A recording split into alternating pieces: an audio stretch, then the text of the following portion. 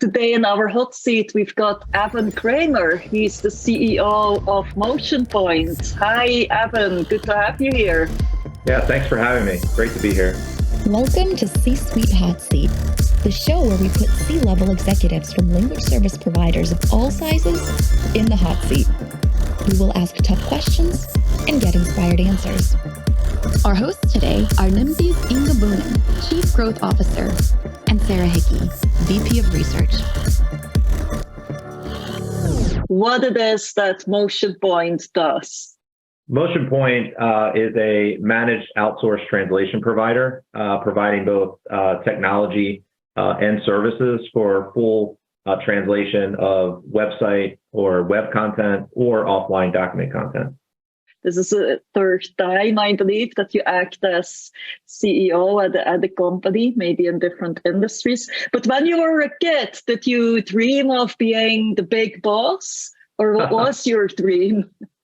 Yeah, I always was interested in business when I was young, right? Definitely very ambitious person, came from very humble beginnings and knew that I wanted to go into business and kind of work my way up, and always looking at the other side of the tracks, right? So however I could study hard and get there was my aspiration, and knew that, in ninth grade when we had to dissect the frog, that medical was not, being a doctor was probably not in my future. So I needed to, I think business was my calling. That was the moment. I like that you recall that.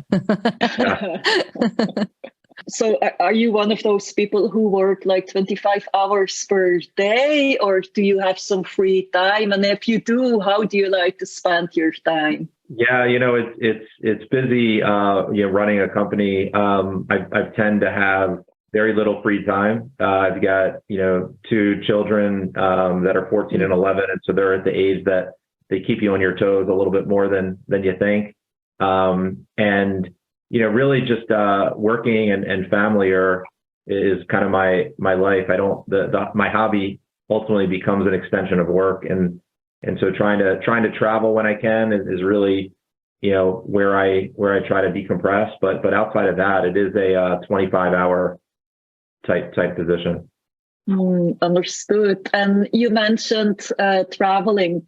So if you could choose any country to go to, which would be on your top three, if you could go for tourism, let's say? Yeah. I mean, I have not been yet to Japan. That's one area that of the world I haven't been in, but there's certain places that I've been that, I think I need to go back to do even more. So one of my favorite trips was going to Argentina and doing excursion in Ushuaia, which is the southern tip of Argentina, and trekking a glacier. So, kind of exploring more of that area, and maybe getting into Patagonia and those types of places would be sort of another area that I'd like to explore. Wow, must be fascinating places. I'm already at my last question, actually, and that is, what's the best piece of advice that you've ever been given? Yeah, I'm going to give, it's kind of a tie for two things. One was my father, when I first started my first job at a college, which probably would not pertain to advice that you would give someone today, which is always dress better than your boss. And so that was kind of one of those things where you need to take your career seriously, make sure that people dress so that people can take you seriously. I think in today's world, it's probably who can dress down the least more than who can dress up the most. And I think the other piece of advice, from a professional side, probably coming from my main mentor, is that when you do have conversations of one-on-ones with people that you are managing, to give them your full attention and listen. And I know it sounds simple, but there's so many distractions today with checking your phone or having the music on in the background. But giving somebody your full attention and listening for 30 minutes or the hour that you're meeting with them, and making them feel that you are giving them 100% of your time, it goes a long way. So I think that's probably the other piece of advice that I got that I've taken with me. That's very important advice. Thank you for sharing that. Yeah. Yes, thank you, Evan. We got a nice idea now of who you are as a person, I think, and we learned a little bit more about you. So now I want to learn more about your career, if you're ready. Sure. Looking back on your career, Inge already said you are, it's the third time that you're the CEO of a company. So you must have done something right there. So then what was your first breakthrough moment in your career? Can you recall? Yeah, I mean, it really just was a step building career. So I actually graduated college as an accounting major. And so went and got my accountancy certification and realized within probably a week of being in my job that instead of being on the professional service side, I really wanted to be an operator. I really wanted to make the decisions and be on the business side. So when I went back to business school and graduate school, it was right around the time, the late 90s, when the internet was emerging for the first time. And I got bit by the internet just like a lot of other folks, and really moved into the digital marketing and product development and technology, software development arena. And so really just stepping stones of types of companies and types of growth. So it was, working early on with some really early startups. And then as those companies grew and became successful, moving into slightly larger companies and slightly larger companies. And so the real breakthroughs come with the outcomes that you produce as opposed to what the company does. For example, I helped start a home security company in the US that we ultimately sold to DirecTV in 2013. And part of that, in a very competitive industry, is that I was the chief marketing officer. We created a program where we drove customer acquisition for a very lowest cost in the industry. And we did it through a lot of digital marketing and search engine optimization. And ultimately, we became acquired because of the methodologies that my team deployed. And so that really put me on the map in terms of, here's someone that's a leader that developed a strategy and a playbook. I think what a lot of folks are looking for as they hire CEOs or they hire C-suite leaders is not just the experience anymore, but that they develop some sort of playbook that they're able to then replicate and bring to that company. And so if that playbook's around success around search engine marketing, or success around customer acquisition, or success around sales or software development, you want to be able to demonstrate that playbook. And so that's, I think, where the shift has come. So you asked me back around, what's the real break I got or the stepping stone? It's, I think, being able to have enough opportunities where I'm well-rounded enough to have playbooks in a lot of different areas, right? So I've got a sales playbook, a marketing playbook, a technology playbook, and these can flex depending on, how the company is, that, not everything's going to fit exactly. And it needs to be nuanced, but developing those playbooks is really the strength. Thanks for sharing that. And then kind of on the other side a little bit of the coin, what kind of lessons have you learned throughout your career? I mean, there's the successes, but then there's also the missteps. So can you recall something there and what you've learned from it?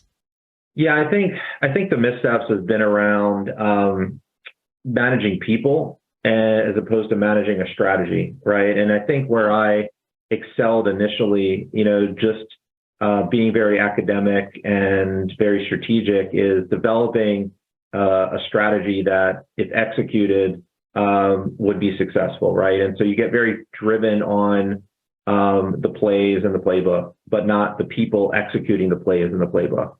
And so I do think earlier in my career, how you manage people, how you create, develop them, how you cultivate them, how you bring them along in certain situations, how you define your culture. I don't think I was very good at that early in my career. And I think it took me a while to really adapt to becoming a manager of people and not just a manager of strategy. So I think a lot of the missteps were early on with people management. that if I didn't have those missteps, I don't think I would have been as prepared as I am today. So you've been the CEO of 3 different companies in different industries. What do you find was the most innovative thing that you've ever done?